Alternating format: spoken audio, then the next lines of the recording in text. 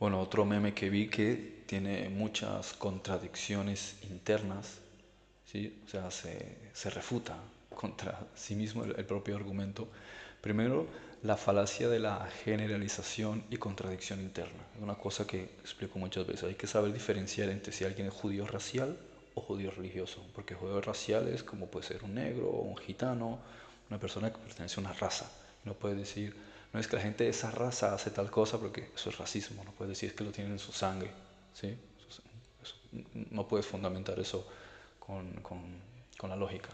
Luego, desde el punto de vista religioso, habría que ver de todas esas personas que aparecen en el meme, que yo vea ninguno lleva kippah. O sea, no están representando la religión judía.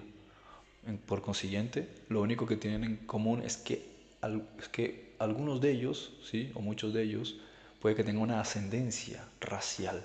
Pero ahora imaginémonos que no fuesen racialmente judíos, o sea, no son de la tribu de Judá de alguna ascendencia, sino que son negros. El que haría la gráfica automáticamente lo tacharían de racista, porque dice, ¿y qué pasa con todo el resto de negros que sí han aportado cosas positivas a la sociedad?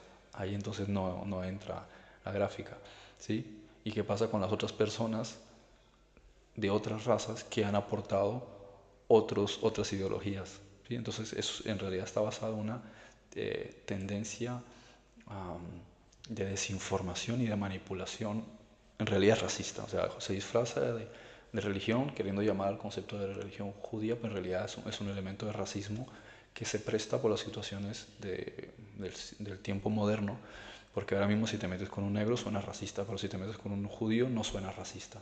Pero en realidad es lo mismo, es la misma cosa, es buscar un chivo expiatorio para no decir, oye, debería revisar mi pueblo, mi cultura, mi comunidad, a ver qué cosas debería arreglar. No, miro fuera, ¿sí? Entonces miro hacia afuera para culpar a otros de cosas que en realidad estoy tratando de ocultar de mi propia cultura. Es como cuando veo memes de a gente de Argentina que se queja a los judíos y que no se paran a mirar cuando después, finales de la Segunda Guerra Mundial, su líder de gobierno metió un montón de nazis en Argentina, pero nadie dice nada sobre eso.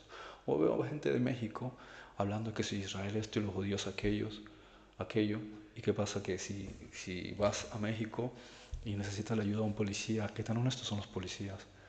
O cuánto tienes que pagarle a un policía porque mmm, haga la vista gorda o porque se quede con tus cosas en un retén policial. O sea, el que sabe observa que las cosas que no te gustan de tu propia cultura tratas de tirar barro hacia afuera. El colombiano, no hacia afuera. El de México, hacia afuera. El español, hacia afuera. Y observa lo mismo en muchas culturas. Justamente aquellos que no tienen nada que quejarse de su propia cultura no están mirando hacia afuera quejándose de Israel, un sitio donde a diferencia de la gente de estos países, si puedes salir por la noche, no te van a secuestrar, no te van a violar, no te van a robar, ni siquiera para quitarte las zapatillas o el teléfono, donde las chicas no andan preñadas ya siendo unas niñas, donde no escuchas una música que agrede la integridad de las mujeres, como hace como la música de hoy día en Latinoamérica. Es decir, tantas cosas, sí, la corrupción, pero vas a estos países, como por ejemplo en Israel, donde el 30% son musulmanes, donde el 15% por lo menos son cristianos, donde hay una diversidad enorme de cultura, gente de todas partes del mundo, no puedes decir son una sociedad homogénea, no, son totalmente heterogéneos. Y decir que los judíos, ¿cuáles?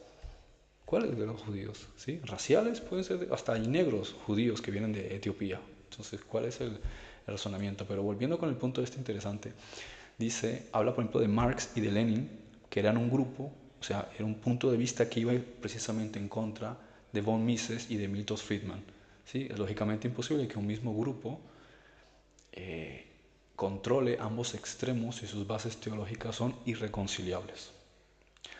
Los economistas de la escuela austriaca Mises y de Chicago Friedman defendían el libre mercado y la propiedad privada, que son los pilares que el marxismo, o sea, Marx y Trotsky, buscaban destruir precisamente. Entonces, presentarlos como parte de un mismo plan ignora que pasaron sus vidas intelectuales rebatiéndose y luchando contra las ideas del otro.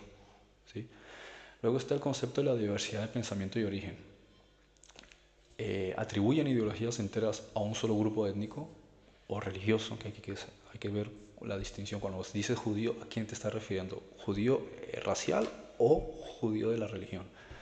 Bien, porque muchos judíos raciales no practican el judaísmo, son budistas, son cristianos, son ateos, son musulmanes, ¿sí? Y luego muchos judíos religiosos pueden ser austriacos, pueden ser africanos, pueden ser chinos, ¿sí? Entonces, tratar de encasquetarle esto, a esto ignora los miles de pensadores de otros orígenes, ¿sí? Que muchos de ellos son protestantes, católicos, que dieron forma al mundo moderno. Entonces tienes el liberalismo y el capitalismo. Está Adam Smith, que es escocés, o John Locke, que es inglés. Son figuras fundamentales que aquí no se mencionan. Luego tienes el comunismo y el socialismo, que aunque Marx era de ascendencia judía, o sea, racial, no religioso, porque tú no vas a ver ninguna de las fotos o reconstrucciones gráficas de ellos que lleven un equipado, los bucles o el sombrero, como se visten los ultraortodoxos, no, bien. El padre de Marx se convierte al luteranismo, bien, o sea, es protestante. La tradición, bueno, el luteranismo es una forma de protestantismo.